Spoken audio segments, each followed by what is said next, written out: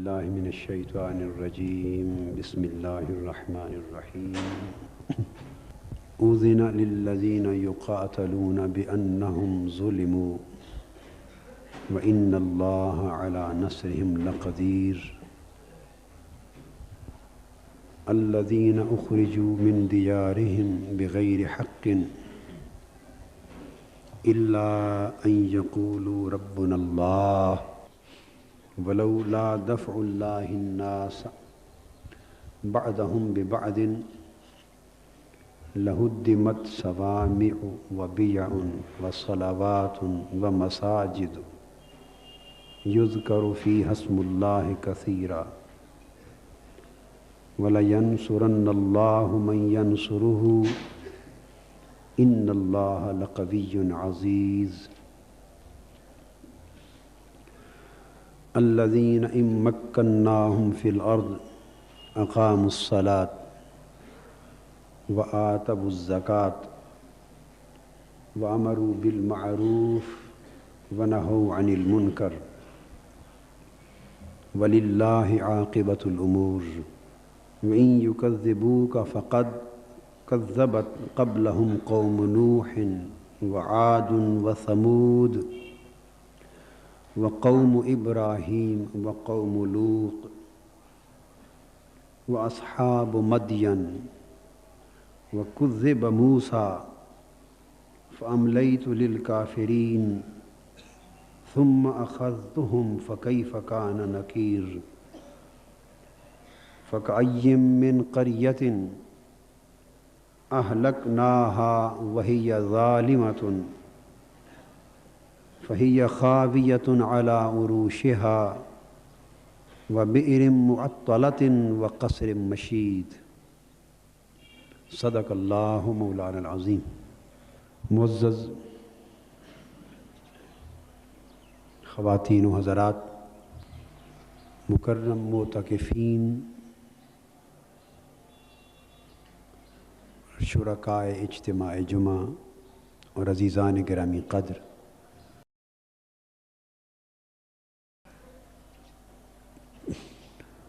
اللہ جل مجدہ کا شکر ہے جس کی توفیق سے ہم رمضان مبارک کے اس یوم سعید میں جمع ہیں۔ آج اس سال کے ماہ رمضان کا جمعۃ الوداع ہے۔ اللہ جل مجدہ کی رحمتیں، اس کی نعمتیں، اس کی بخششیں اور اس کی عنایتیں جو بن پر ہیں۔ کل نماز ظہر کے بعد سورہ حج اور 17ویں پارے میں سے جس مضمون پر مبنی درس کا میں نے آغاز کیا تھا، آج اسی کے تسلسل میں اگلی آیات مبارکہ کے حوالے سے کچھ ضروری چیزیں عرض کرنا چاہتا ہوں۔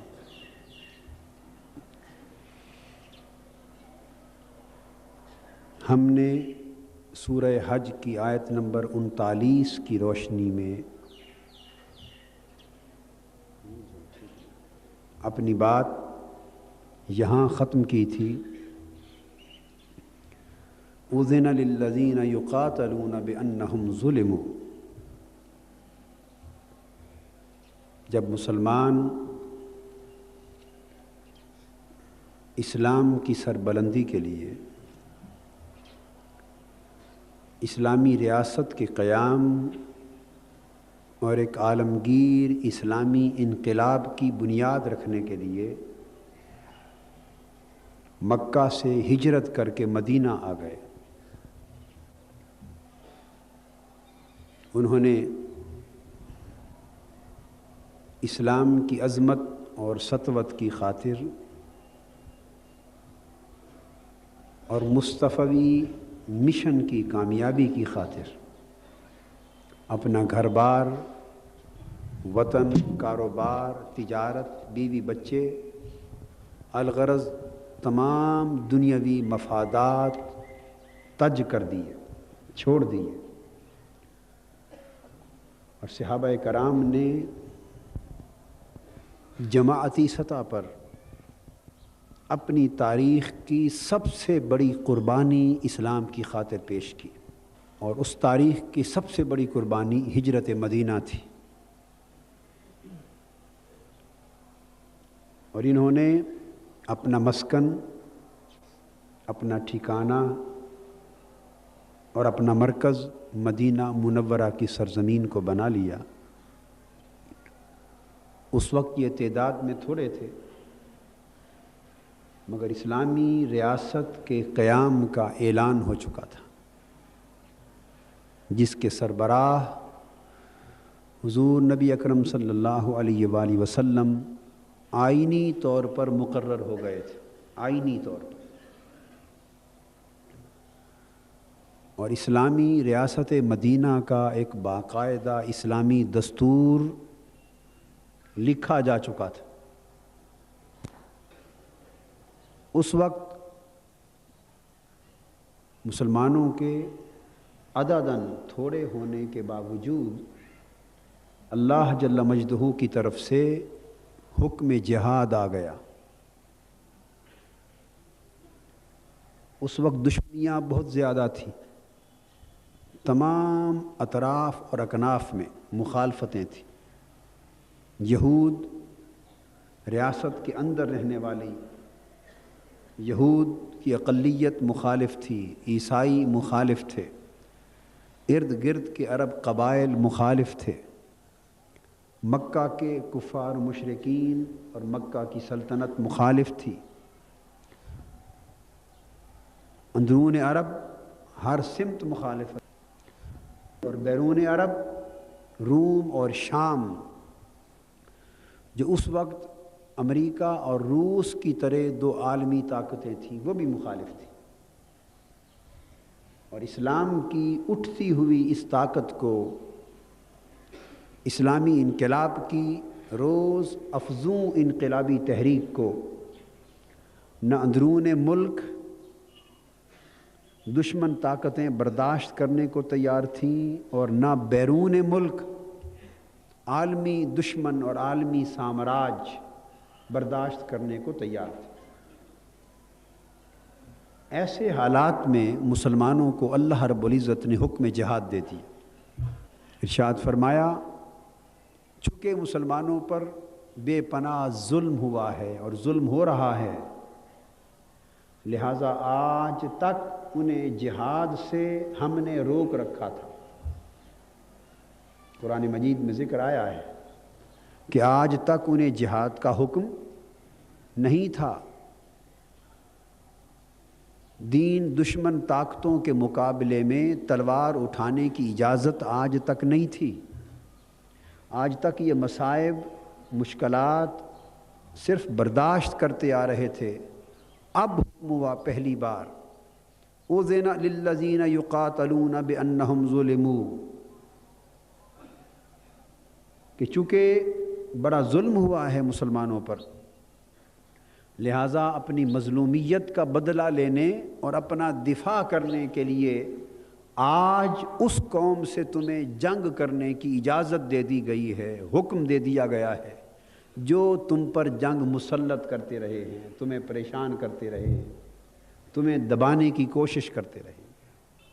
اور اگر ان حالات میں مسلمانوں کو آمادہ جنگ کرنا، آمادہ انقلاب کرنا، آمادہ جہاد کرنا، اگر مسلمانوں کے دلوں میں خطرات پیدا کرے، وسوسے پیدا کرے، پریشانیاں پیدا کرے کہ یہ کیا ہوگا، ہم تو تھوڑے ہیں، دشمن زیادہ ہے، تعداد میں زیادہ ہیں، تنظیم میں زیادہ ہیں، اسلحہ میں زیادہ ہیں، اسباب اور سامان میں، ہر لحاظ سے، تو کہیں ہم مارے نہ جائیں، نیست و نابود نہ کر دیے جائیں، پیس نہ دیے جائیں۔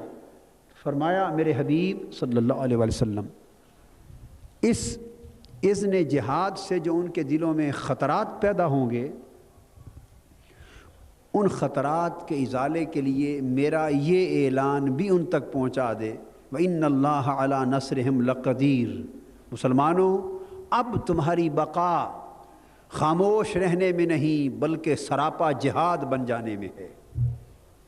کمزور اور ناتواں مظلوم مسلمانوں، اب تمہاری زندگی کا راز، تمہاری بقا کا راز، تمہارے مشن کے آگے بڑھنے کا راز اب فقط دعوت اور تبلیغ اور وعظ اور تربیت میں نہیں، بلکہ دعوت و تربیت کے کام کو جاری رکھتے رکھتے اب تمہاری بقا اس میں ہے، تمہارا فروغ اس میں ہے، تمہاری ترقی اس میں ہے، تمہارا استحکام اس میں ہے، تمہاری کامیابی و کامرانی اس میں ہے، تمہاری منزل مراد تک پہنچنے کا راز اس میں ہے کہ اب اپنی کمزوری نہ دیکھو بلکہ حق کو سر بلند کرنے کے لیے آمادہ جہاد ہو جاؤ، باطل طاغوتی طاقتوں سے ٹکرا جانے کے لیے خود کو تیار کر لو اور میدان کارزار میں اتر آؤ، اب کٹ مرو، کیونکہ اب تمہارے جینے کا راز مر جانے میں ہے۔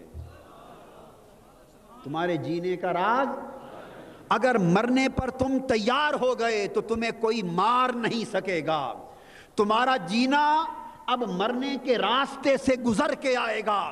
اب اسلام کا جھنڈا اس وقت تک سر بلند نہیں ہو سکتا جب تک اسلام کے جھنڈے کی سر بلندی کے لیے تم اپنا خون دینے کو تیار نہ ہو جاؤ، اپنی جان کی بازی لگانے پر تیار نہ ہو جاؤ، اپنا تن من دھن جس طرح ہجرت کے موقع پر تم نے سب کچھ تج کر دیا ہے، اب آئندہ زندگی ساری قربانی کی داستان سے رقم کرنے کا فیصلہ نہ کر لو، اس وقت تک اب اسلام کی تحریک کو آگے بڑھانا ممکن نہیں ہے۔ آگے بڑھو، سب کچھ لٹاتے ہوئے آگے بڑھو، اور یہ نہ ڈرو کہ کیا بنے گا۔ اس بات پر دھیان رکھو کہ جس نے تمہیں جہاد کا حکم دیا ہے وہ حکم دینے والا رب تمہاری مدد کرنے پر بھی قادر ہے، تمہاری مدد کرنے پر بھی قادر ہے۔ یہ خلاصہ تھا کل کی گفتگو کے آخری حصے کا۔ جہاں ہم نے کل کی گفتگو ختم کی تھی اس کا جو آخری حصہ تھا اسے میں نے خلاصتاً بیان کیا تاکہ معتکفین کے لیے یاد دہانی ہو جائے اور ہمارے دیگر ہزارہا افراد جو آج اجتماع جمعہ میں آئے ہیں انہیں مضمون کے تسلسل کو سمجھنے کے لیے آسانی ہو جائے۔ اب اللہ جل مجدہ نے ارشاد فرمایا، الذین اخرجوا من دیارہم بغیر حق، یہ وہ لوگ ہیں جنہیں جہاد کا حکم دیا جا رہا ہے، جنہیں آمادہ انقلاب کیا جا رہا ہے، یہ وہ لوگ ہیں جنہیں ناحق اپنے گھروں سے نکالا گیا۔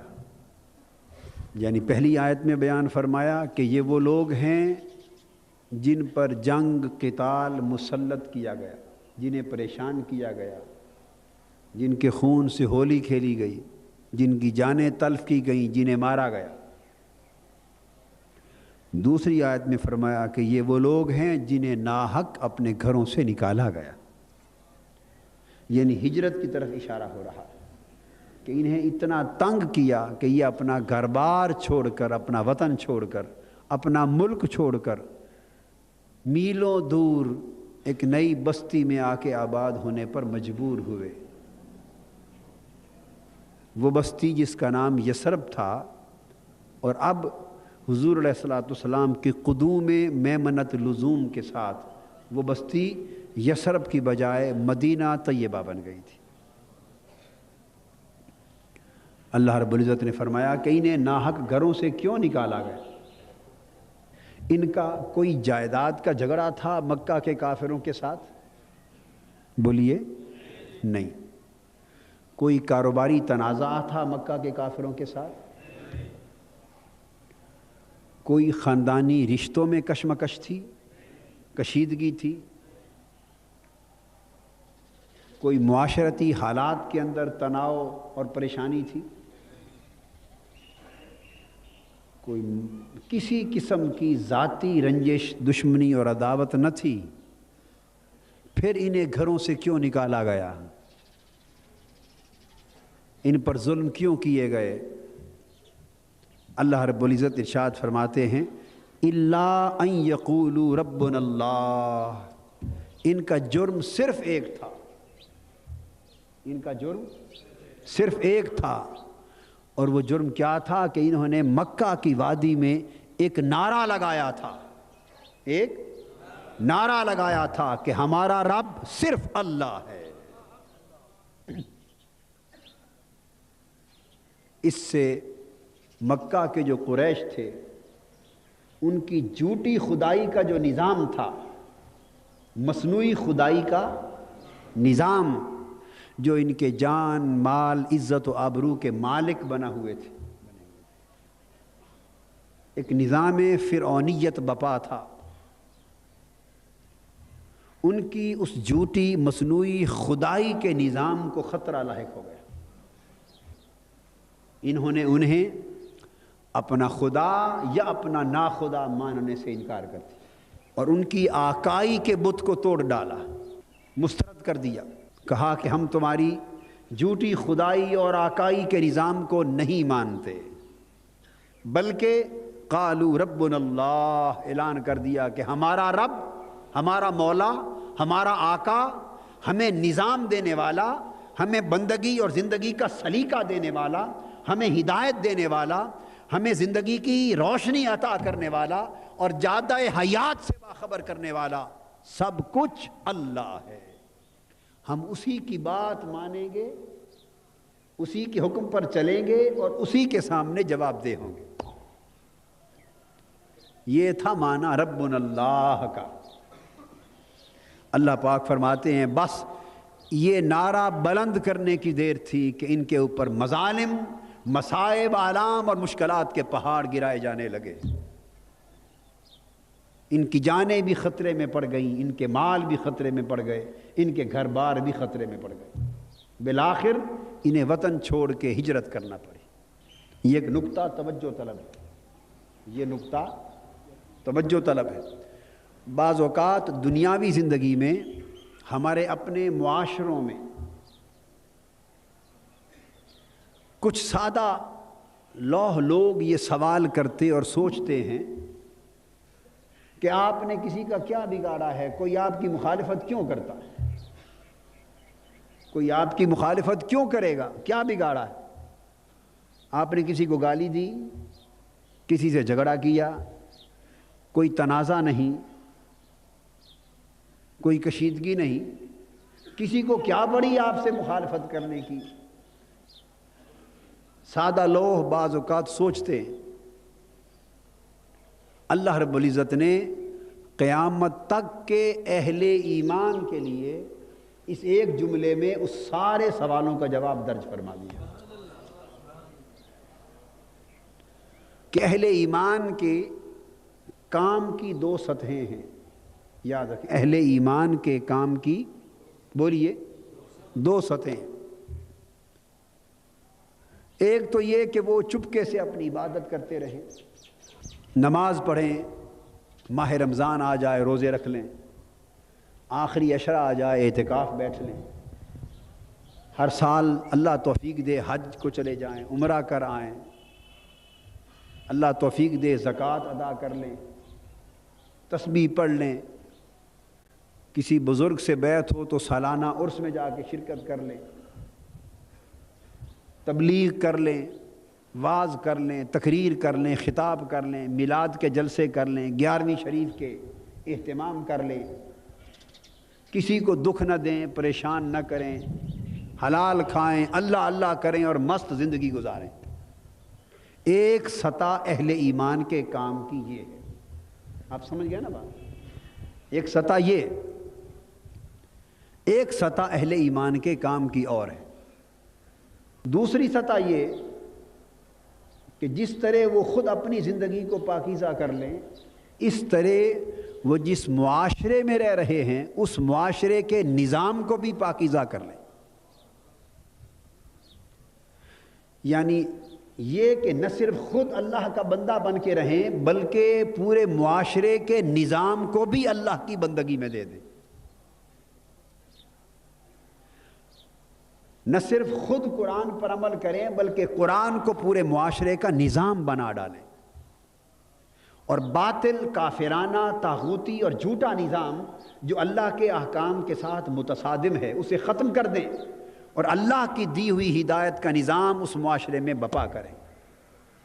معاشرے میں ہونے والے ظلم کے خلاف آواز اٹھائیں، معاشرے کی باطل قدروں کے خلاف، معاشرے میں پھیلائی جانے والی فحاشی کے خلاف، معاشرے میں پھیلائی جانے والی عریانی کے خلاف، معاشرے میں پھیلائے جانے والے کفر کے، منافقت کے اور بے دینیت کے جراثیم کے خلاف جہاد کریں. وہ نوجوان نسل جو بگڑ رہی ہے، جس کے اخلاق تباہ ہو رہے ہیں، جس کے ایمان کو کمزور کیا جا رہا ہے، جسے لا دینیت کی طرف دھکیلا جا رہا ہے، اس ظلم اور کفر کی سازش کے خلاف صف آرا ہو جائیں اور جس راہ پر خود چل رہے ہیں اللہ کی مخلوق کو بھی اس راہ پر بلائیں اور کافرانہ نظام کے خلاف بغاوت کر دیں اور یہ نعرہ بلند کر دیں کہ ہر بندہ بھی خدا کا بندہ ہے اور اس ملک کا نظام بھی اللہ کا دیا ہوا نظام ہونا چاہیے. ہماری اجتماعی زندگی قرآن کے مطابق چلنی چاہیے. وہ کام جو سرزمین مدینہ پر اور سرزمین عرب پر تاجدار کائنات صلی اللہ علیہ وآلہ وسلم نے کیا اور کفر سے جنگ لی اور قرآن کا دیا ہوا نظام آقا نے بپا کیا. حضور علیہ الصلوۃ والسلام کی اس انقلابی سنت پر عمل کرتے ہوئے اپنی دھرتی پر بھی اس قرآن کے نظام کو لانے کی جد و جہد کریں. یہ دوسری سطح ہے اہل ایمان کے کام کی. پہلی سطح میں نجی طور پر کسی حد تک ایمان کے تقاضوں پر عمل ہوتا ہے مگر کفر کو کوئی خطرہ لاحق، بولیے کفر کو خطرہ لاحق. دوسری سطح کام کی وہ ہے کہ حق کا نعرہ اس طرح بلند کیا جائے کہ اللہ کا دیا ہوا نظام سر بلند ہو اور پورا معاشرہ اللہ کی بندگی کا عکاس بن جائے. اس دوسرے سطح پر کیے جانے والے کام سے کفر کو، ظلم کو، طاغوت کو، سامراج کو خطرہ لاحق ہوتا ہے.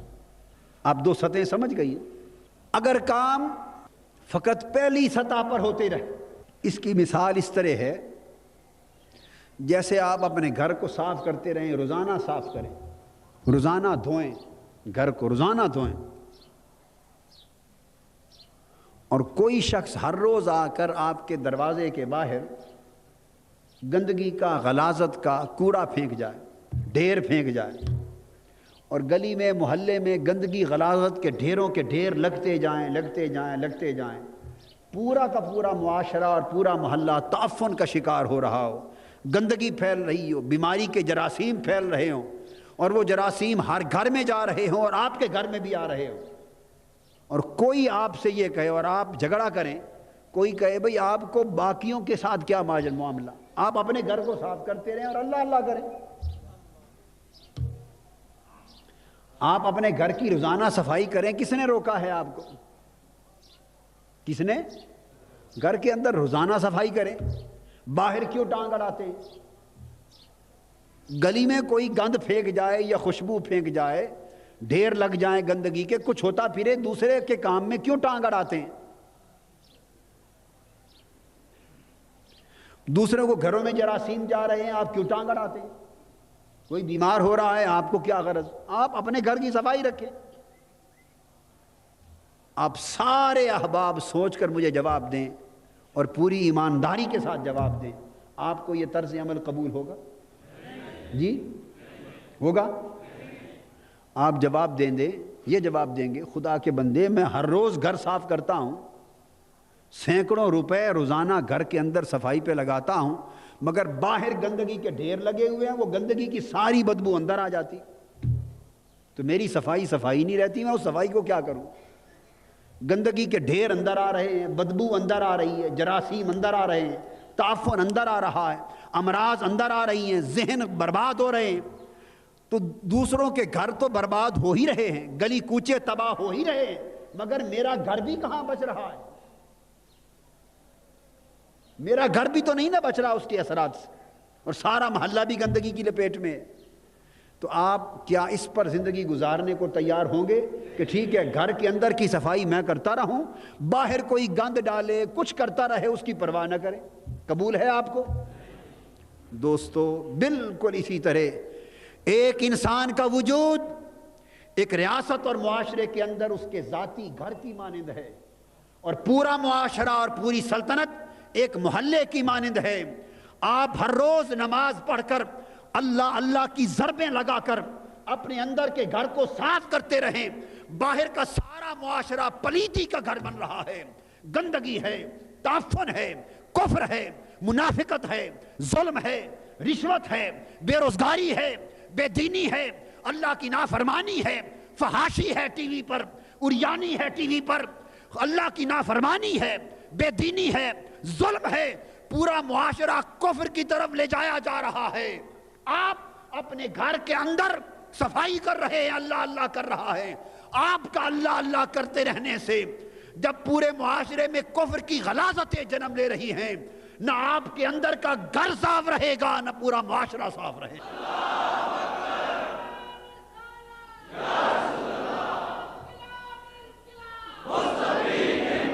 اے اہل ایمان، جس طرح آپ اپنے گھر کے اندر کی صفائی جاری رکھ کر گلی کوچوں اور محلے کی گندگی کو برداشت نہیں کر سکتے، اس لیے نہیں کر سکتے نا جی بدبو آتی ہے، وہاں آپ کے جسم کا معاملہ ہے کیا؟ اسی طرح ایمان یہ چاہتا ہے کہ نادان لوگوں، اللہ اور اللہ کا رسول یہ گوارا نہیں کرتا کہ ایک بندہ اپنے من کو نمازوں سے صاف کرتا پھرے، اپنی تبلیغوں میں لگا رہے اور معاشرے پر نظام کفر کا رہے، اللہ کی نافرمانی کا رہے، ظلم کا رہے، طاغوتی نظام رہے، سامراجی نظام رہے، فحاشی کا دور دورہ ہو، عریانی کا دور دورہ ہو، بے حیائی کا دور دورہ ہو، ٹی وی بے حیائی کا درس گھروں کے اندر دیتے رہیں، اور وہ کہیں خبردار آپ کو کیا غرض، ٹی وی حکومت کا کام ہے، آپ نمازیں پڑھیں۔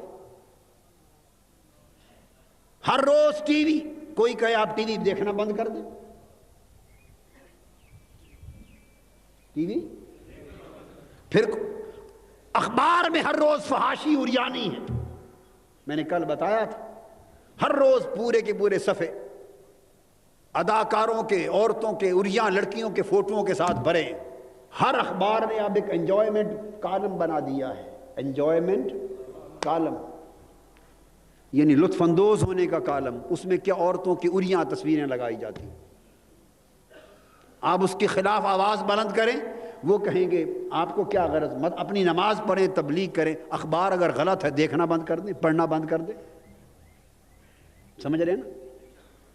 پھر آپ چیخیں بھئی کیا کرے، گھر میں ٹی وی بھی بند کر دیا، اخبار بھی بند کر دیا، مگر وہ ساری برائیاں بچے سکول سے سیکھ کر آ جاتے، باقیوں کے گھر میں تو بند نہیں ہے نا، وہ سارا کچھ بچے جو ٹی وی سے سیکھتے ہیں، وہ سبق وہ سکول میں جا کے دہراتے ہیں، دوسرے بچے سیکھ کر گھر آ کے انہیں استعمال کرتے ہیں۔ سکول میں فحش پروگرام ہو رہے ہیں، آئے روز مینا بازار جو لگتے ہیں، ثقافتی شو ہوتے ہیں، بچیوں کے ڈانس ہو رہے ہیں، ظلم ہو رہا ہے، فحاشی کے سبق ہے، عریانی کے سبق ہے۔ اور میں آپ کو بتا دینا چاہتا ہوں، اگر اللہ کے دین کی حفاظت کے لیے یہ قوم نہ اٹھی، چند سال کے بعد اس ملک کے سکولوں میں سیکس کی تعلیم کا مضمون شامل کیا جائے گا، جنسی بے حیائی کے مضامین اس ملک میں شامل نصاب ہوں گے۔ میں نے آج یہ بات کہہ دی ہے، لکھ لیں، میں سالوں کی عدد تو نہیں بتا سکتا، چند سالوں کے بعد اگر مصطفی انقلاب کے لیے، اللہ کے دین کی حفاظت کے لیے، ایمان کے قدروں کی بچاؤ کے لیے، غیرت ایمانی کی حمایت کے لیے اگر قوم نہ اٹھی، اس ملک کے سکول کے نصابوں میں سیکس کی ایجوکیشن آئے گی، موسیقی بھی آئے گی، بے حیائی کے درس ہوں گے، آج شروع ہو چکے۔ آپ چیخیں کہ ہمارے بچے سکول سے سیکھ کر یہ ساری باتیں آ رہے ہیں، جواب ملے گا آپ ان کو سکول بھیجنا چھوڑ دیں، سکول بھیجنا چھوڑ دیں۔ آپ نے رشوت کے خلاف آواز بلند کی، کہا کہ رشوت حرام پورے ملک میں چل رہا ہے۔ انہیں پوچھا کہاں رشوت ہے؟ کیا کہاں رشوت ہے؟ آپ نے کہا ٹیلی فون کا کنیکشن لگوانے جائیں رشوت مانگتے ہیں۔ جواب ملے گا آپ ٹیلی فون کا کنیکشن نہ لگوائیں، بجلی کا کنیکشن لگوائیں رشوت مانگتے ہیں آپ بجلی نہ لگوائیں، پانی کا کنیکشن مانگے رشوت مانگتے ہیں آپ پانی کا کنیکشن نہ لیں۔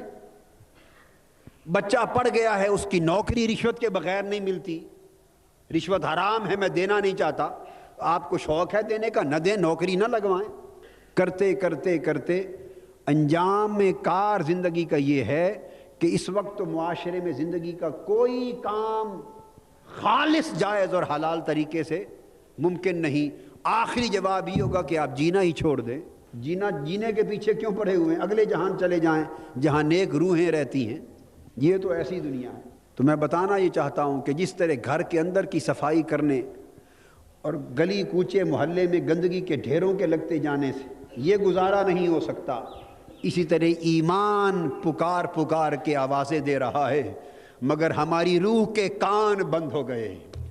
ایمان کی بستی سے آوازیں آ رہی ہیں، گنبد خضرا سے صدائیں آ رہی ہیں، کعبۃ اللہ سے صدائیں آ رہی ہیں، قرآن مجید کی آیتوں لفظوں سے پکاریں آ رہی ہیں کہ اے اہل ایمان، تیرے اپنے اندر نماز روزے کے ایک عمل کو جاری رکھنے سے بھی گزارا نہ ہوگا۔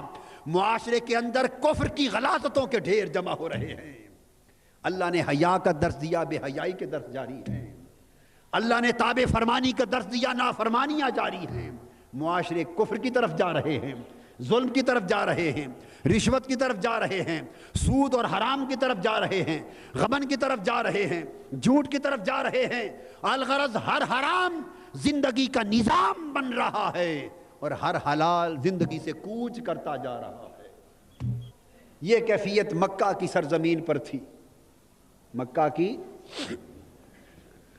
ایسے حالات میں مکہ والے کفار مشرکین خالی نماز پڑھنے سے تو صحابہ کو، اگر یہ معاہدہ ہو جاتا کہ تم نے صرف نماز پڑھنی ہے، تبلیغ کرنی ہے، واعظ کرنا ہے، روزہ رکھنا ہے، حج کرنا ہے بس، مگر ہمارے نظام کو بدلنے کی کوئی کوشش اور ہماری سلطنت کو، سرداری کو، جاگیرداری کو، ہماری حکومت کے نظام کو بدلنے کی کوشش، اگر صرف اتنا سمجھوتا ہو جاتا، نہ کبھی ہجرت کی نوبت آتی، نہ غزوہ بدر ہوتا، نہ غزوہ احد ہوتا، نہ جنگ خندق ہوتی، نہ کبھی طائف کے پتھر پڑتے، نہ تلواروں سے محاصرہ ہوتا، نہ صحابہ کی گردنیں کٹتی، نہ شہادتیں ہوتی، اور پھر نہ خلافت راشدہ ہوتی، اور نہ آپ اور ہم سب مسلمان ہوتے۔ حضور صلی اللہ علیہ وآلہ وسلم نے اس پہلی سطح پر اکتفا کرنے کو قبول نہیں فرمایا، بلکہ کیا فرمایا؟ نہیں، قالوا ربنا اللہ، یہ جو ہے نا ہمارا رب اللہ ہے، یہ ایک نعرہ، انقلابی نعرہ ہے، ہمارا رب اللہ ہے، انقلابی نعرہ ہے، جس کا معنی یہ ہے کہ ہم اللہ کے دیے ہوئے نظام کے سوا باقی ہر نظام کو مسترد کرتے ہیں۔ یہ معنی ہے ربنا اللہ کا۔ کیا؟ ربنا اللہ کا۔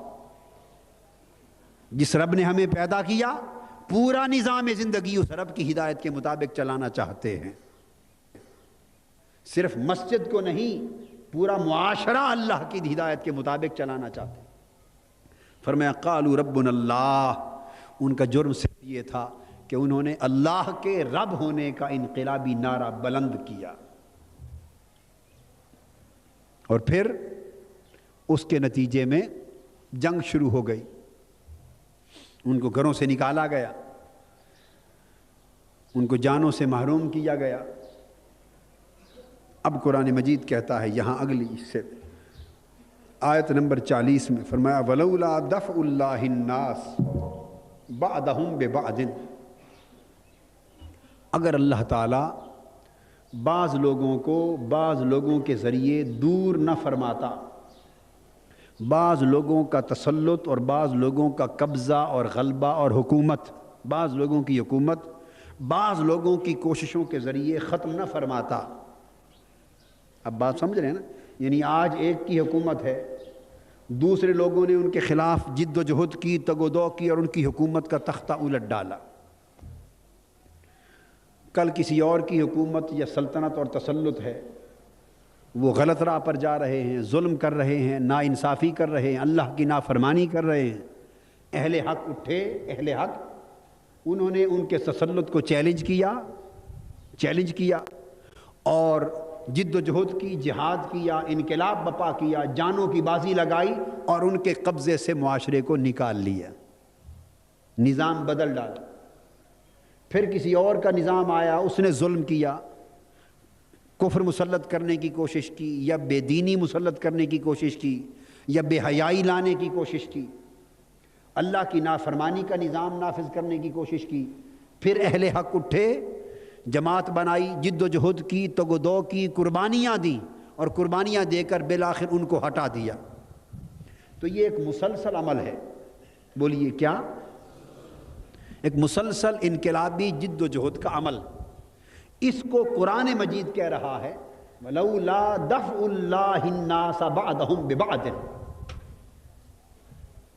آپ پیچھے تک بیٹھے ہوئے میرے بھائی اور میرے احباب اور میرے شرکاء اس اجتماع کے، اس نقطے کو سمجھ لیں، ذہن میں بٹھا لیں، دل میں بٹھا لیں، روح میں بٹھا لیں، اس نقطے کو قرآنی شعور کے طور پہ اپنے اندر سمو لیں۔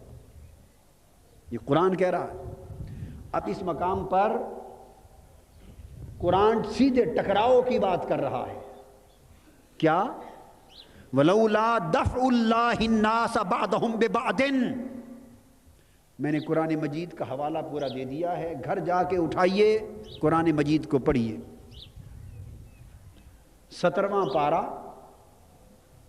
اور یہ آیت نمبر 40 بیان کر رہا ہوں، سورہ حج کی، سورہ حج کی آیت نمبر 40، 17 پارہ۔ گھر جا کے پڑھیے، مطالعہ کیجئے، تاکہ پتہ چلے بے قادری صاحب کچھ بات اپنی طرف سے کہہ رہے ہیں، یہ صرف اللہ کا پیغام ہم تک پہنچا رہے ہیں۔ اے قوم، کب تجھے قرآن کا شعور نصیب ہوگا؟ قرآن مجید تو کھول کھول کر ساری حقیقتیں بیان کر رہا ہے، مگر یہ قوم، ہم سب مل کر قرآن پر ظلم کر رہے ہیں۔ ہم نے فقط قرآن کو چومنے کے لیے رکھا ہے، فقط قرآن کو غلاف میں بند کر کے کبھی کھول کر زیارت کے لیے رکھا ہے، اور قرآن کو سمجھے بغیر فقط تلاوت کے لیے رکھا ہے، اور سال کے بعد تراویح میں پڑھنے اور سننے کے لیے رکھا ہے۔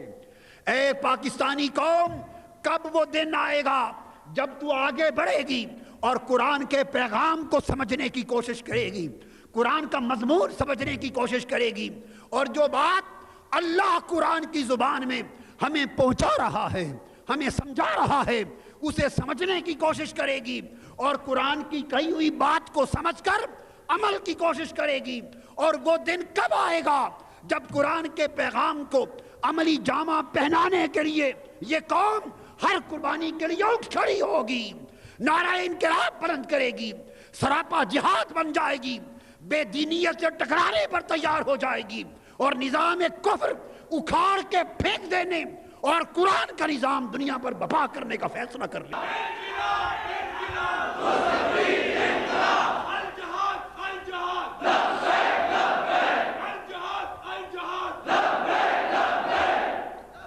یہ باہر کے جو ہمارے ساتھی، باہر کے ساتھی جو ہمارے بیٹھے ہیں، ان کے کوئی ہاتھ بلند ہوتے دکھائی نہیں دے رہے، وہ خالی سننا چاہتے ہیں یا سمجھنا بھی چاہتے ہیں؟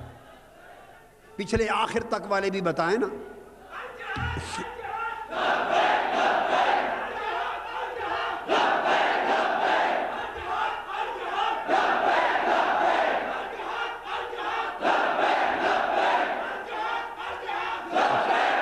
اے اہل پاکستان، اے مسلمانان عالم، خطاب بہت ہو چکے، واعظ بہت ہو چکے، تبلیغیں بہت ہو چکی، تربیتیں بہت ہو چکی۔ فقط خطابوں سے، واعظوں سے، تقریروں سے امت مسلمہ کے احوال بدل نہیں سکتے۔ امت مسلمہ کو سراپا جہاد بننا ہوگا، سراپا انقلاب بننا ہوگا۔ یہ خون جو ہماری رگوں میں گردش کر رہا ہے، اس خون میں تلاطم پیدا کرنا ہوگا اور سراسر پیغام قرآن کے پیکر بن کر کفر کے نظام سے ٹکرا جانا ہوگا۔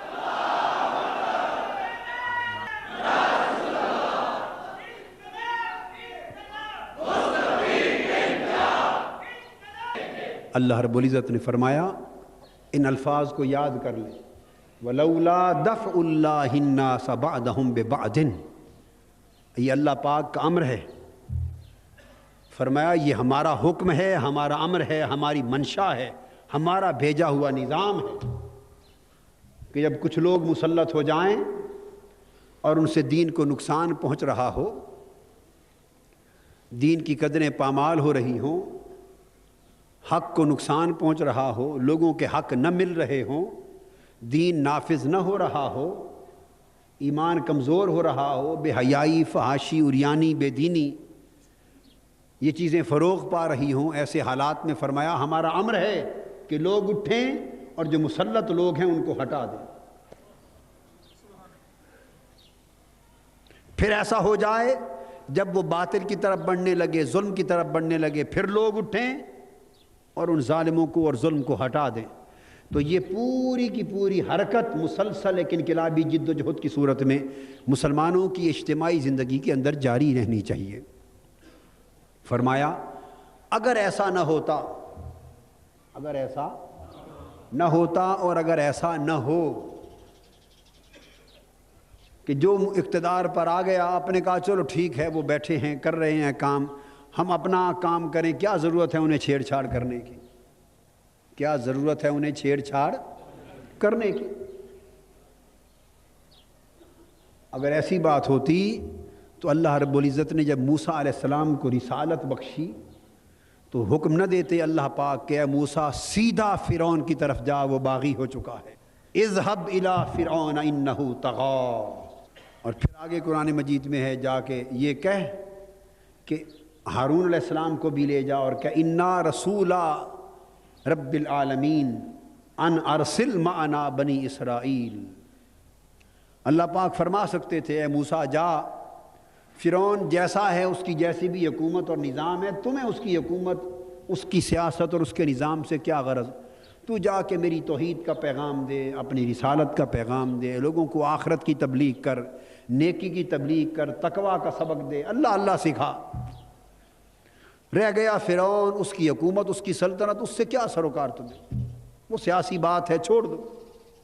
اللہ پاک نے یہ نہیں فرمایا، فرمایا اے موسیٰ قوم کو ساری زندگی بھی سکھاتے رہو گے اور اوپر سلطنت اور اقتدار ظلم کا رہے گا تو قوم کبھی بھی ظلم کے شکنجے میں دبی ہوئی قوم حق کی طرف کھل کر آنے کو تیار نہیں ہوگی۔ اس لیے جا سیدھا فرعون کے ایوان میں اور اس سے بنی اسرائیل کی آزادی کی بات کر، فرعون کی حکومت اور ظالمانہ نظام سے بنی اسرائیل کو آزاد کروا۔ یہ حکم حضور صلی اللہ علیہ وآلہ وسلم تک چلا ہے۔ یہ اب قرآن تو آقا پر اترا ہے نا، کس پر؟ صلی اللہ علیہ وآلہ وسلم پر۔ اب حضور علیہ السلام کو وحی آ رہی کہ میرے محبوب اپنی امت کو قیامت تک کے لیے یہ فلسفہ دین سمجھا دیں۔ دین کا یہ فلسفہ، دین کی بقا اور حفاظت کا فلسفہ سمجھا دیں کہ بقا اور حفاظت دین کی اسی مسلسل انقلابی عمل میں ہے، مسلسل انقلابی عمل میں ہے۔ فرمایا اگر یہ جاری نہ رہے اور لوگ بعض غلط لوگوں سے ٹکراتے نہ رہیں اور ان کے تسلط کو بدلنے کے لیے جد و جہد کرتے نہ رہیں اور چپکے سے بیٹھ جائیں تو کیا ہوتا؟ اگر ایسے کرتے تو کیا ہوتا؟ لہدمت صوامع، اگر پہلا زمانہ ہوتا تو راہبوں کی خانقاہیں ویران ہو جاتی، منہدم ہو جاتی، تباہ و برباد ہو جاتی۔ وَبِيَعٌ، عیسائیوں کے گرجے ویران، منہدم اور برباد ہو جاتے۔ وَصَلَوَاتٌ، یہودیوں کے عبادت خانے برباد اور ویران ہو جاتے۔ وَمَسَاجِدُ، اور بتا دو اپنی امت کو کہ مسلمانوں کی مسجدیں ویران اور برباد ہو جائیں گی۔ بتایا جا رہا ہے راہبو راہبو اگر اپنی خانقاہوں کی آبادی کو برقرار رکھنا چاہتے ہو تو وہ خالی عبادت کرنے سے، نمازیں پڑھنے اور ذکر کرنے سے ہمیشہ ہمیشہ تمہاری خانقاہیں آباد نہیں رہیں گی، بلکہ اللہ کے دین کی بقا کی جنگ کرتے رہو گے، اور دین کے نظام کو بپا کرنے کے عمل سے تمہاری خانقاہیں بھی آباد رہیں گی۔ بتا دے میرے حبیب عیسائیوں، تمہارے گرجے اگر اپنے مذہب اور دین کی حفاظت کے لیے جنگ اور جہاد نہ کرو گے تو تمہارے گرجے بھی، بولیے، ویران ہو جائیں گے۔ آج پورے عالم عیسائیت کے گرجے ویران ہو گئے یا نہیں؟ بولیے، ہو گئے یا نہیں؟ دنیا میں راہبوں کی خانقاہیں ویران ہو گئی یا نہیں؟ پوری دنیا میں ہے کسی راہب کی کوئی خانقاہ کا نام سنتے ہو کوئی آباد ہو؟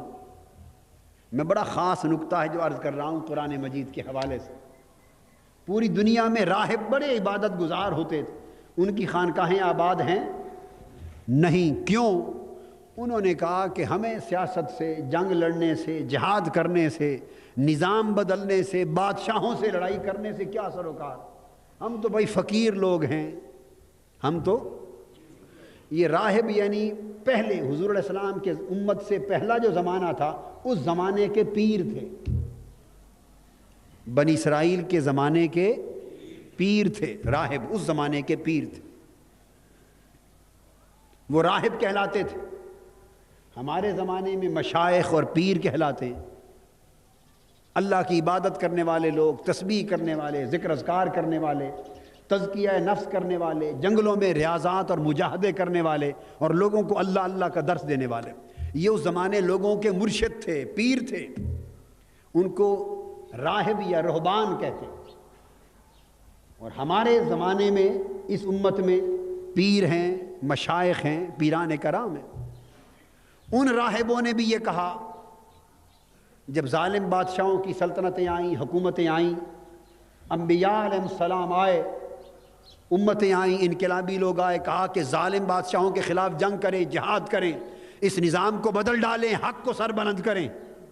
راہبوں نے جواب دیا، ہم فقیر لوگ ہیں، ہمارا ان بادشاہوں کے ساتھ جنگ کرنے اور سیاست سے کیا کام؟ بھئی یہ تمہارا کام ہے، ہم تو اللہ اللہ کا سر دینے والے ہیں۔ اللہ پاک نے فرمایا لَهُدِّمَتْ صَوَامِعُ، ان راہبوں کی خانقاہیں، پہلی امتوں کے پیروں فقیروں کی خانقاہیں ویران ہو گئی، برباد ہو گئے، منہدم ہو گئے۔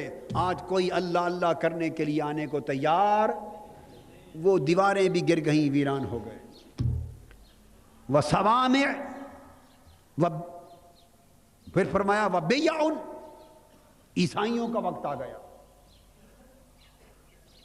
عیسائی پادریوں نے کہا، بھئی ہمارا باقاعدہ ایک فیصلہ ہوا، آج سے 200-300 سال پہلے مغربی دنیا میں عیسائیوں نے کانفرنس کر کے فیصلہ کیا، باقاعدہ فیصلہ کیا کہ آج سے ہمارا سیاست کے ساتھ کوئی تعلق، بولیے، سیاست کے ساتھ کوئی تعلق۔ تو سیاست اور سلطنت اور دنیا کے نظام کو چلانے کا کام سیاسی لوگ کریں، ہم صرف اپنے گرجوں میں بیٹھ کر مذہب کی اور بائبل کی تعلیم دیں گے، مذہب کی اور بائبل کی تعلیم دیں گے۔ اس سے مذہب الگ ہو گیا اور سیاست الگ ہو گئی۔ اس کو 200-300 سال گزرے ہیں اس واقعے کو۔ وہ دن اور آج کا دن عالم مغرب میں، یورپ میں، اسکینڈینیویا میں، عرب میں جا کے، امریکہ میں، آسٹریلیا میں جا کے دیکھیں، پادری سارا ہفتہ انتظار کرتا رہتا ہے، بڑے بڑے اونچے گرجے بنے پڑے ہیں، مگر کوئی عیسائی، کروڑوں کی تعداد میں، اس وقت دنیا میں سب سے زیادہ تعداد کس کی ہے؟ عیسائیوں کی، اس وقت تک دنیا میں سب سے زیادہ تعداد، مگر وہ جو سب سے زیادہ تعداد ہے وہ فقط نام کی ہے۔ کیا؟ ان میں زیادہ تعداد اپنے مذہب کو چھوڑ چکی، مذہب کو سارا ہفتہ بیٹھے رہتا ہے پادری، کوئی عیسائی اپنے گرجے میں عبادت کے لیے نہیں آتا، اتوار کے دن کوئی نہیں آتا، مسلسل گرجوں کو تالے لگ گئے، اور اب وہاں کے مسلمان رہنے والے گرجے خرید کر مسجدیں بنا رہے ہیں۔ ابھی سبحان اللہ کا وقت نہیں ہے، اگلی بات بھی سن لیں۔ ہائے ہائے ہائے، ابھی آگے رونے کی بات آ رہی ہے، ابھی سبحان اللہ کی بات نہیں ہے۔ آج مسلمان گرجے خرید کر بولیے مسجدیں بنا رہے ہیں۔ یاد رکھ لیں یہ بات، برمنگھم میں ایک شہر ہے برطانیہ کا، برمنگھم، کیا ایک بڑی عظیم الشان مسجد بن رہی ہے، بہت بڑے رقبے پر برمنگھم۔ اس مسجد کے سامنے فاصلے پر ایک گرجا ہے عیسائیوں کا۔ اس گرجے کا پادری اپنے گرجے کے باہر کھڑا تھا اور بڑی عظیم الشان بنتی ہوئی مسجد کو دیکھ رہا تھا۔ اس مسجد کا ایک نمازی مسلمان قریب سے گزرا، پادری نے اسے بلایا اور کہا کہ اتنی بڑی عظیم الشان مسجد کیوں بنا رہے ہو؟ اس نے کہا ہمارے نمازی جمعے کے روز اتنے ہوتے ہیں کہ یہ مسجد بھی شاید کچھ عرصے کے بعد چھوٹی پڑ جائے، نمازی بہت ہوتے ہیں، تو پہلی جگہ تنگ پڑ گئی تھی، اس لیے بڑی مسجد بنا رہے ہیں۔ پادری نے، عیسائی پادری نے ٹھنڈی آہ لی، ٹھنڈی آہ بھری اور کہنے لگا بیٹے سنو، آج سے 200 سال یا 100 سال یا 50 سال پہلے یہ گرجا دیکھ رہے ہو، کتنا بڑا گرجا جس کو تالا لگا ہوا ہے؟ اس نے کہا دیکھا۔ اس نے کہا اتنے نمازی یعنی عبادت کرنے والے عیسائی اس گرجے میں آتے تھے کہ اس گرجے کی پوری 4 دیواری تنگ پڑ گئی تھی اور لوگوں کے اس گرجے میں بیٹھنے کی جگہ نہیں رہی تھی، اتنے عبادت کرنے والے عیسائی آتے تھے۔ آج 100-150 سال کے پروسیس کے بعد یہ گرجا ہے، تالا لگا ہوا ہے اور میں اس کا امام ہوں، پادری، تالے لگے ہوئے گرجے کے باہر دروازے پر حسرت بھری نگاہوں سے کھڑا دیکھ رہا ہوں، پورا ہفتہ ایک شخص بھی نہیں آتا۔ اس کے بعد اس نے کہا میری بات تم بھی سن لو، آج تمہاری مسجدیں شاید تنگ ہیں، تم بھی 100-150 سال کے عرصے کا انتظار کرو، ان مسجدوں کو بھی خدا نہ کرے، خدا نہ کرے، خدا نہ کرے۔ میں اس پادری کے الفاظ دہرا رہا ہوں۔ اس نے کہا ان مسجدوں کو بھی تالے لگے ہوں گے، اور جس طرح تم ہمارے گرجے خرید رہے ہو، تمہاری مسجدیں کوئی اور خریدے گا، سکول بنیں گے، اور تمہارا امام اس تالے لگے ہوئی عمارت کے سامنے حسرت بھری نگاہوں سے کھڑا تک رہا ہوگا، اور تمہاری اگلی نسلوں میں سے کوئی بچہ اس مسجد کا منہ نہیں کرے گا۔ یہ کیسے ہو رہا ہے؟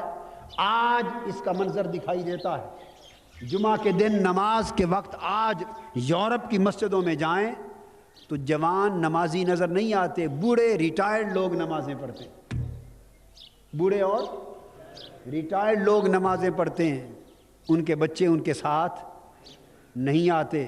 جب یہ بوڑھے مر جائیں گے تو جو بچے ان ماں باپ کے ہوتے ہوئے مسجدوں میں نہیں آتے، اور جب وہ جوان ہوں گے تو وہ کب آئیں گے؟ اور جب ان جوانوں کی اولاد ہوگی تو وہ اس طرف کا رخ کب کریں گے؟ اس پادری نے کہا 3-4 نسلوں کا انتظار کرو، تمہارا حشر وہی ہوگا جو ہمارا ہو چکا۔ کیوں؟ لَهُدِّمَتْ صَوَامِعُ وَبِيَعٌ،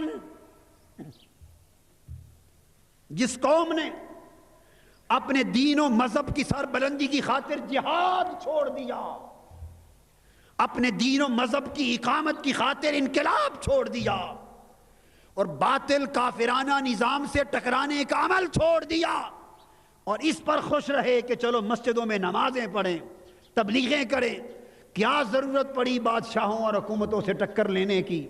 وہ سیاست ہے۔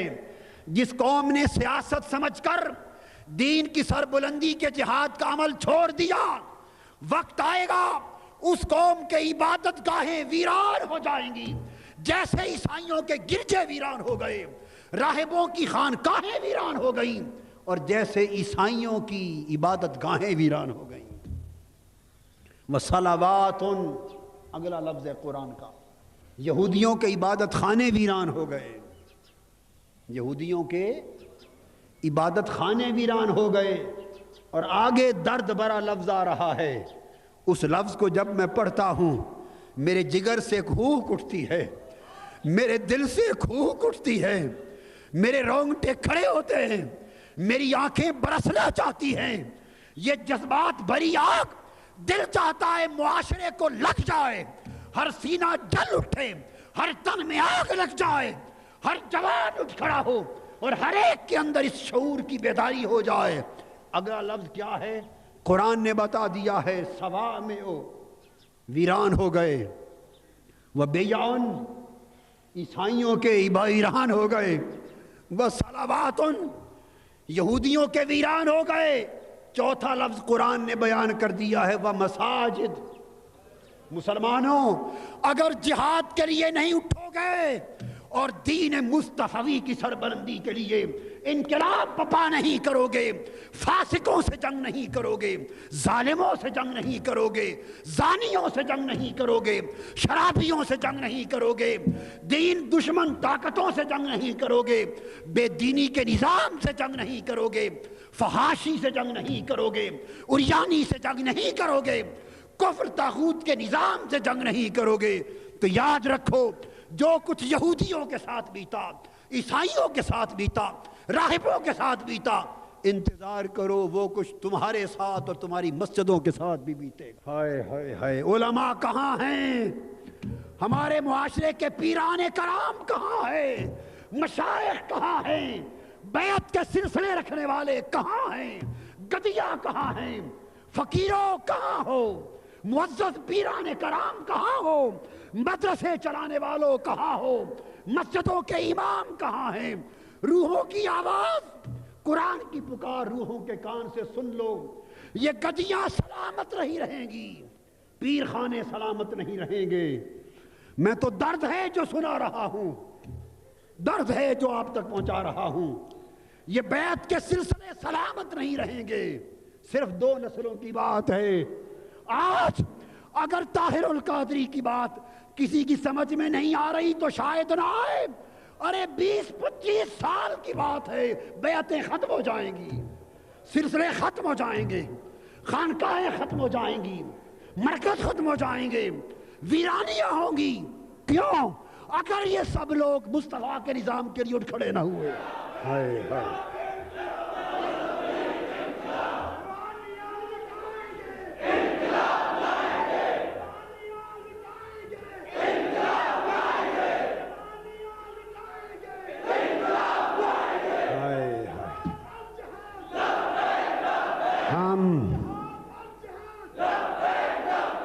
ہم اسی پر خوش ہیں،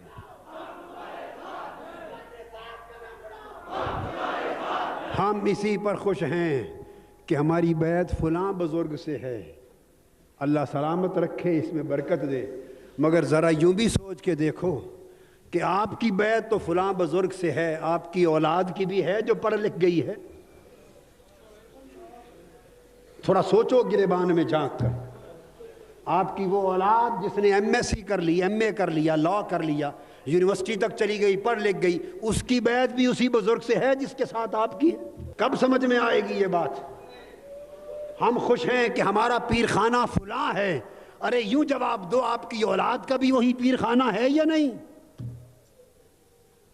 اکثریت کا جواب نفی میں آئے گا، اور جب آپ کے ہمارے ہوتے اولادوں کا پیر خانہ وہ نہیں، تو ہماری جب اولادوں کی اولاد ہوگی، پوتے پوتیاں ہوں گی، ان کے پیر خانے کہاں ہوں گے؟ ان کے پیر خانہ امریکہ ہوگا، ان کا پیر خانہ اشتراکیت ہوگی، سرمایہ داریت ہوگی، یورپ ہوگا، کفر ہوگا، سامراج ہوگا، طاغوت ہوگا، ان کے پیر خانے سین میں ہوں گے، فحاشی ہوگی، عریانی ہوگی، دین سے دور ہو چکی ہوگی نسلیں۔ کیوں؟ کہ ہم جہاد کے لیے نہیں اٹھے ہوں گے، ہم انقلاب کے لیے نہیں اٹھے ہوں گے، ہم دین مصطفی کی حفاظت کے لیے نہیں اٹھے ہوں گے، ہم نے معاشرے کی بگڑتی ہوئی صورتحال کو بدلا نہیں ہوگا، بدلا نہیں ہوگا۔ یہ تو ہماری اولادوں کی بات ہے۔ کیا پیر خانوں سے پوچھو، وہ مشائخ، وہ پیران کرام کی اکثریت کچھ جگہوں کو چھوڑ کر، کچھ جگہوں کو، اکثریت وہ جن کے اپنے سلسلے پیری مریدی کے ہیں، ان کی اپنی اولادوں پہ نظر ڈال لو، ان کی اولادیں بھی اپنے باپ دادا کے نقش قدم پر ہیں، ان کی اولادیں بھی وہ راہ چھوڑ گئیں، ہماری اولادیں بھی وہ راہ چھوڑ گئیں۔ اللہ نے فرمایا راہبوں کی خانقاہیں ویران ہو گئیں، ہمارے پیروں فقیروں کے مرکز بھی ویران ہو جائیں گے اگر اللہ کے دین کی حفاظت کا درد نہیں ہوگا۔ اسے سیاست سمجھ کے آپ ناپاک سمجھ کے الگ بیٹھے رہے تو اللہ کا دین ہمیں معاف نہیں کرے گا۔ علماء، مسجدیں، مدرسے، عیسائیوں کے گرجے ویران ہو گئے، ہمارے مرکز ویران کیوں نہ ہوں گے؟ اب عیسائیوں کے مدرسے نہیں رہے، پوری عیسائی دنیا میں مدرسے جہاں بائبل کی تعلیم اور نصاب پڑھائے جائیں ان کے نہیں رہے، ہمارے بھی نہیں رہیں گے۔ پکڑ پکڑ کے لایا جائے گا بچوں کو، دھکے دے دے کر۔ اب بھی حالت یہ ہے کہ وظیفے جیب سے دیتے ہیں، کپڑے پاس سے دیتے ہیں، کھانا مفت دیتے ہیں، منتیں سماجتے کرتے ہیں، تب بھی غریب غریب گھرانوں سے کچھ بچے دین پڑھنے آ جاتے ہیں، اور جو گھرانے متمول ہو گئے، کھاتے پیتے ہو گئے، ان کا تو کوئی بچہ دین پڑھنے نہیں جاتا۔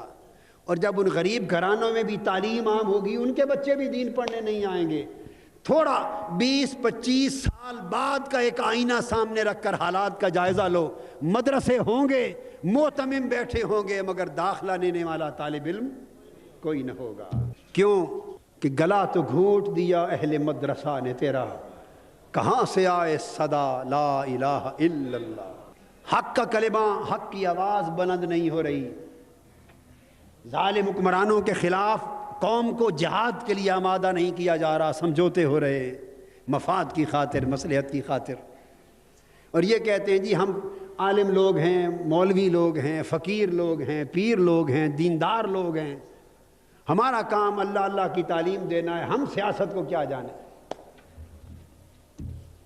ہائے ہائے ہائے ہائے، یہ سیاست تو اتنا ایک جملہ تھا، وَلَوْلَا دَفْعُ اللَّهِ النَّاسَ بَعْضَهُمْ بِبَعْضٍ، یہ باطل نظام کے خلاف ٹکرانے کا عمل یہی سیاست ہے۔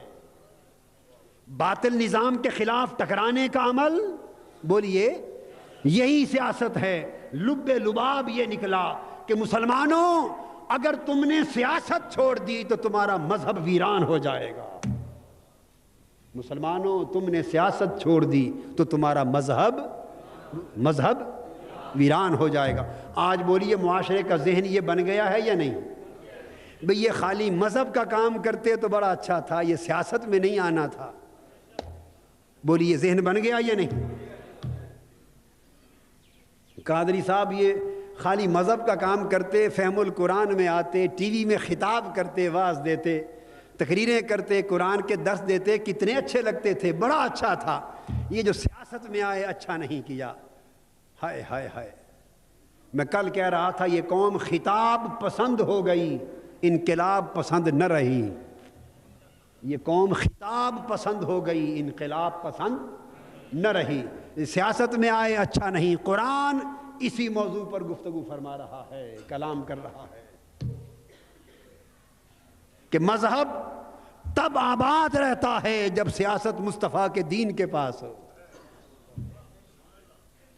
جب سیاست دین مصطفیٰ کی ہو، سیاست نظام مصطفیٰ کا ہو، سیاست مصطفی انقلاب کی ہو، تو مذہب بھی آباد رہتے، مسجدیں بھی آباد، عبادت گاہیں بھی آباد، خانقاہیں بھی آباد۔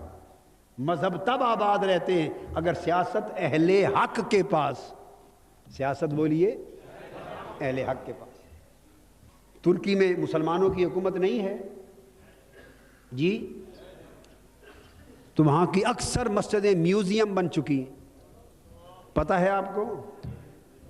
اکثر مسجدیں عجائب گھر بن چکی۔ ہائے ہائے ہائے، مسجدیں عجائب گھر بن گئی ہیں، تالے کھلتے ہیں، عجائب گھر کی طرح اوقات مقرر ہیں، وزٹرز آتے ہیں۔ کیا؟ وزٹرز آتے ہیں، ثقافتی مرکز بن گئے۔ اس طرح اعلی القیاس کس کس ملک کا نام لوں جگر پھٹنے کو آ جائے گا۔ عالم عرب اور عالم اسلام میں کس کس ملک کا نام لوں۔ آج الجزائر میں تحریک اسلام کے احیاء کی اٹھی تھی، اس کو دبا دیا گیا، اس کو اور چن چن کے مارا جا رہا ہے، صرف اس لیے کہ ایک مرتبہ اسلام ایک سیاسی قوت کے طور پہ دنیا سے ختم ہو جائے، سیاسی قوت کے طور پہ دنیا سے ختم ہو جائے. جب یہ سیاسی قوت اور نظام کے طور پہ ختم ہو جائے گا، اسلام جب نظام کے طور پہ ختم ہو جائے گا، تو باقی اگلی بات جو عقیدے اور مذہب والی ہے وہ 20 25 30 سال کے بعد رفتہ رفتہ خود ختم ہو جائے گی. ایک بہت بین الاقوامی سازش ہے. پاکستان میں یہی کچھ تیز رفتاری سے شروع ہو چکا ہے، یہی کچھ تیز رفتاری سے شروع ہو چکا ہے. قوم کو ذہنی طور پہ بے دین بننے کی طرف لگایا جا رہا ہے. ذہنی طور پر نئی نسلوں کو بے دین بنایا جا رہا ہے، اسلام کے نظام سے دور کیا جا رہا ہے، علماء سے قوم کو متنفر کیا جا رہا ہے. کچھ مہربانی علماء خود فرما رہے ہیں، کچھ حکومت کر رہی ہے.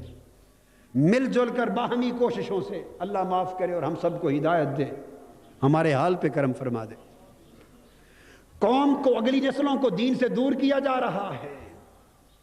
اگر خدا نہ خواستہ اسلام بطور نظام اس ملک کی قوت نہ بن سکا اور دین مصطفیٰ اور قرآن اور سنت مصطفیٰ اس ملک کا نظام نہ بن سکا، ایک سیاسی قوت کے طور پہ اسلام نہ ابھر سکا، اور مصطفی انقلاب کا راستہ کافرانہ سازشوں کے ذریعے اگر روک دیا گیا تو آدھی صدی تو بڑا دور کا وقت ہے، 50 سال تو بڑا لمبا وقت ہے.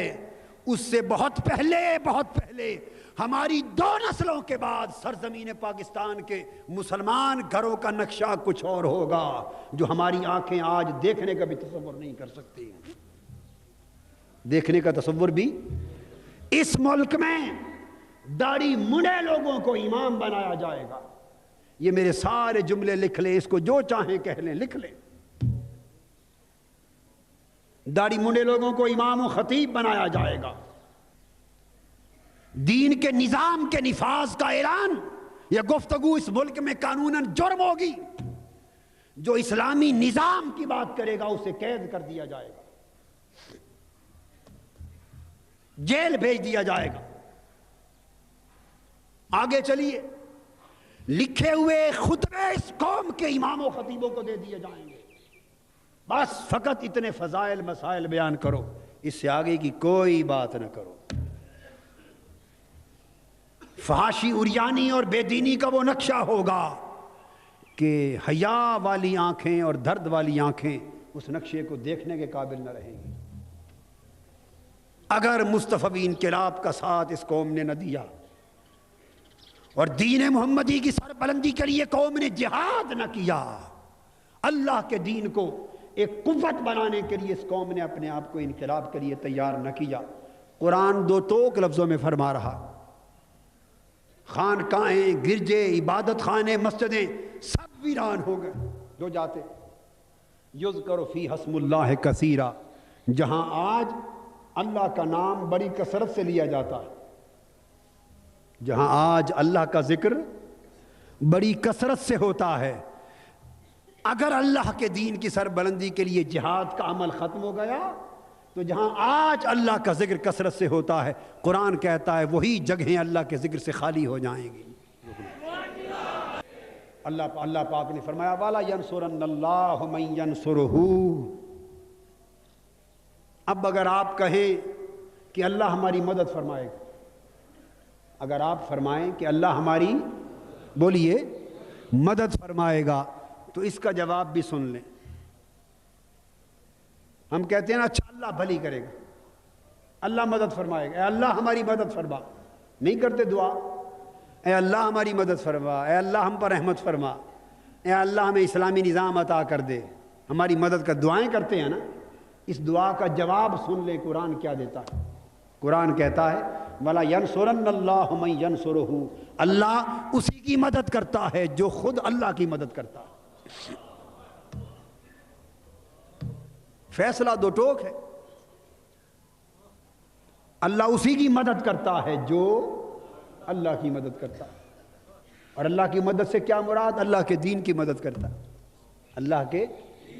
اللہ فقط اس کی مدد کرتا ہے جو اللہ کے دین کی مدد کرتا ہے، جو اللہ کے دین کی بقا کے لیے تن من دھن کی بازی لگاتا ہے اور جو اللہ کے دین کو سر بلند کرنے کے لیے جہاد کا پیکر بن کے سراپا انقلاب ہوتا ہے، جد و جہد کرتا ہے، باطل سے ٹکرا جاتا، تو جو اللہ کے دین کی مدد کرنے کے لیے میدان میں آئے گا اللہ اس کی مدد کرے گا۔ ان اللہ لقوی عزیز۔ اور اگر آپ یہ سمجھیں کہ ہم میدان میں کیسے آئیں، ہم تو کمزور ہیں، ہم میدان میں کیسے آئیں، ہم تو کمزور ہیں، یوں کہیں تو اللہ پاک نے اس کا بھی جواب دیا ہے، فرمایا اگر تم کمزور ہو تو اللہ تو طاقتور ہے، تم کمزور ہو تو اللہ تو لقوی عزیز، بے شک اللہ زبردست طاقت والا اور غلبے والا ہے۔ تم کمزور ہو کیا ہوا، جس کی خاطر لڑ رہے ہو وہ تو طاقتور ہے۔ تمہارا کام لڑنا ہے، مر جانا ہے، اللہ کے دین کے لیے مٹ جانا ہے، اللہ پھر تمہیں بھی اور تمہارے دین کو سر بلند کر دے گا۔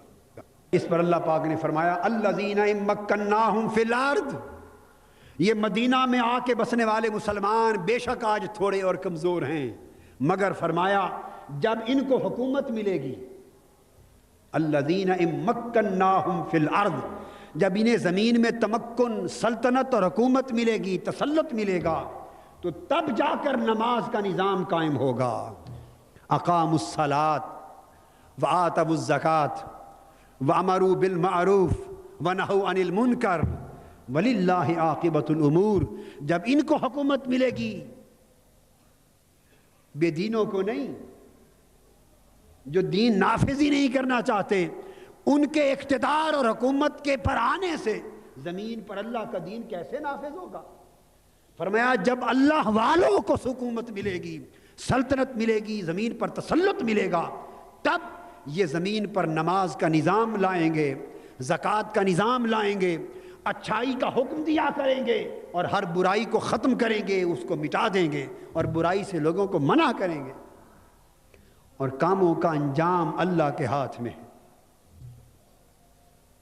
اب اس میں آخری بات جو قرآن مجید میں کہی بڑی توجہ طلب ہے۔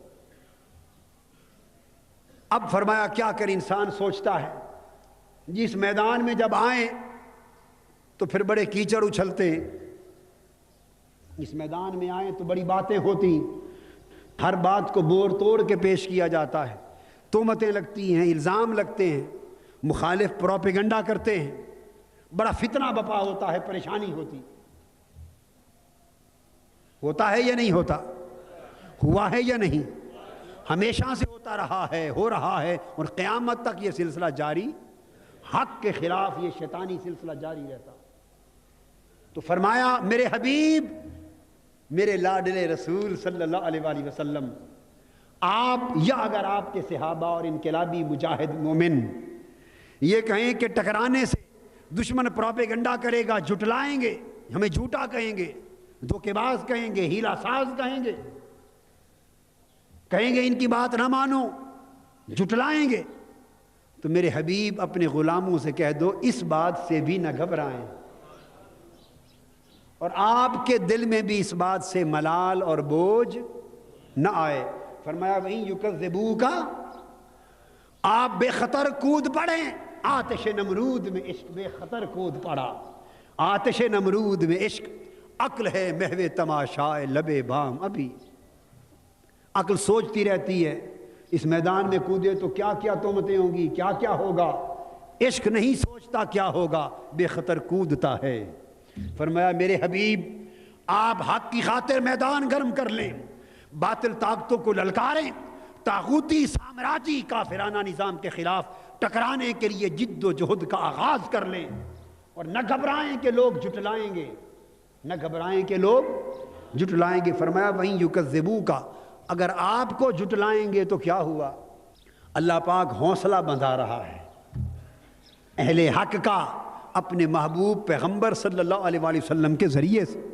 فرمایا اگر آپ کو جھٹلاتے ہیں، جھٹلائیں گے تو کیا ہوا؟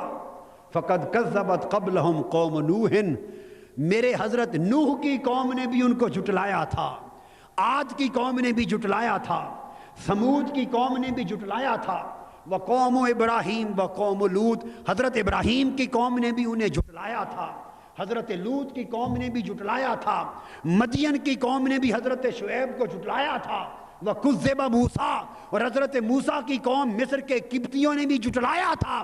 میرے حبیب، میں نے جس پیغمبر کو بھی نظام بدلنے کے لیے بھیجا، دعوت حق کے لیے بھیجا، باطل سے ٹکرانے کے لیے بھیجا، کافرانہ نظام سے ٹکر لینے کے لیے بھیجا، جس کو بھیجا اس کی قوم اسے جھٹلاتی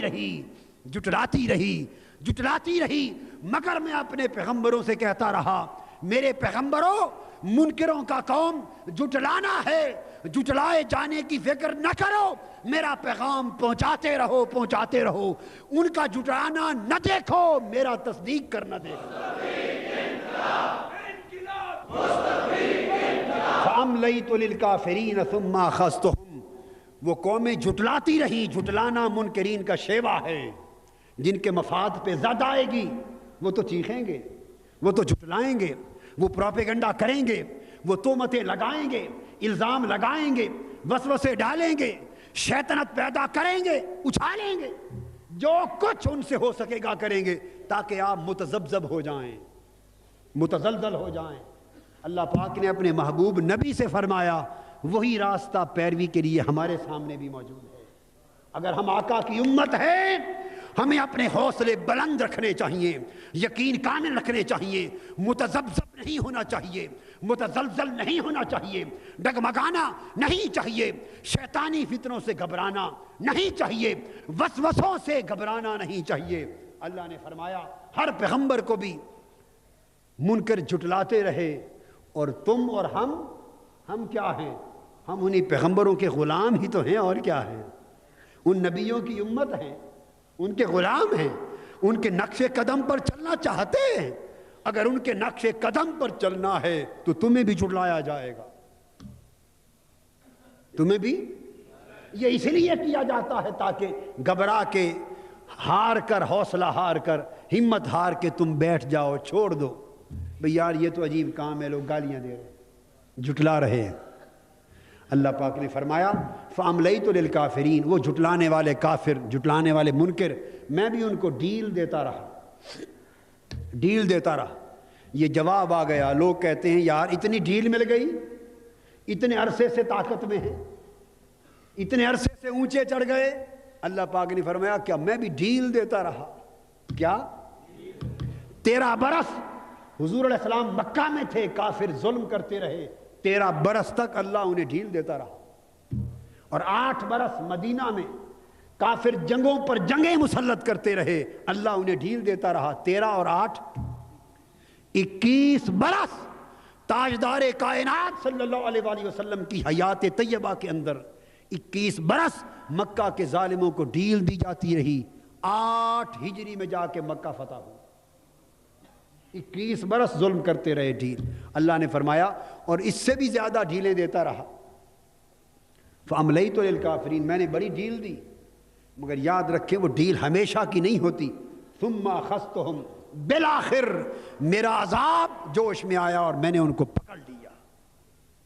فَكَيْفَ كَانَ نَكِيرٌ، اور جب میں نے پکڑا اور جس کو بھی پکڑا، فرمایا میرے محبوب اب دیکھو وہ عذاب میرا کیسا تھا، کیسا سخت عذاب تھا۔ اور گھبرانے والوں گھبراؤ نہیں، اللہ پر توکل کرو، اور دیکھو فَكَأَيٍّ مِّن قَرْيَةٍ أَهْلَكْنَاهَا، کتنی بستیاں، کتنے لوگ ایسے ہوئے جن کو ہم نے ہلاک کر دیا۔ کیوں؟ وَهِيَ ظَالِمَةٌ، کہ وہ ظالم تھے، اللہ کے نافرمان تھے، ہم نے بالآخر پکڑا، انہیں تباہ کر دیا۔ فَهِيَ خَاوِيَةٌ عَلَىٰ عُرُوشِهَا، اور بڑی بڑی بستیاں، بڑی بڑی آبادیاں، بڑے بڑے شہر، بڑی بڑی کالونیاں، ان ظالموں کی بڑی بڑی آبادیاں چھتوں کے اوپر اوندھی گر کے تباہ ہوئی پڑی ہیں۔ وَبِئْرٍ مُعَطَّلَةٍ، اور بڑے بڑے کنویں، عیاشیوں کے لیے بنائے گئے بڑے بڑے تالاب، عیاشیوں کے لیے بنائے گئے بڑے بڑے تالاب، بڑے بڑے کنویں، بڑے بڑے سوئمنگ پولز، بڑے بڑے عیاشیوں کے اڈے، بِئْرٍ مُعَطَّلَةٍ، وہ بھی سارے کے سارے تباہ و برباد ہوئے پڑے ہیں۔ وَقَصْرٍ مَشِيدٍ، اور ان حکمرانوں اور بادشاہوں کے بنائے ہوئے بڑے بڑے محل اور بڑے بڑے قلعے تاکہ دشمن پہنچ نہ سکے، وہ بھی منہدم ہو کر تباہ و برباد ہوئے پڑے ہیں۔ میرے حبیب ان غلاموں کو دکھاؤ کہ ان بڑے بڑے قلعوں میں رہنے والے اب کہاں ہیں، نہ وہ بچے نہ ان کے قلعے بچے، ان محلات میں رہنے والے کہاں ہیں، نہ وہ بچے نہ ان کے محلات بچے، ان تالابوں میں عیاشیاں کرنے والے کہاں ہیں، نہ وہ بچے نہ ان کے کنویں تالاب بچے، ان بستیوں میں بڑے تمکنت کے ساتھ چلنے والے کہاں ہیں، نہ وہ بچے نہ ان کی کالونیاں بچی، سب نیست و نابود ہو گیا۔ صبر کرو، حق کی خاطر جیو، حق کی خاطر لڑو، حق کی خاطر مرنے کا عزم کرو، اور اللہ کے لیے، اللہ کے رسول کے لیے، اللہ کے دین کو سر بلند کرنے کے لیے تن من دھن کی بازی کا عزم لے کر بڑھتے چلو، بڑھتے چلو، لڑتے چلو، کفر کو مٹانے کے لیے جنگ کرتے چلو۔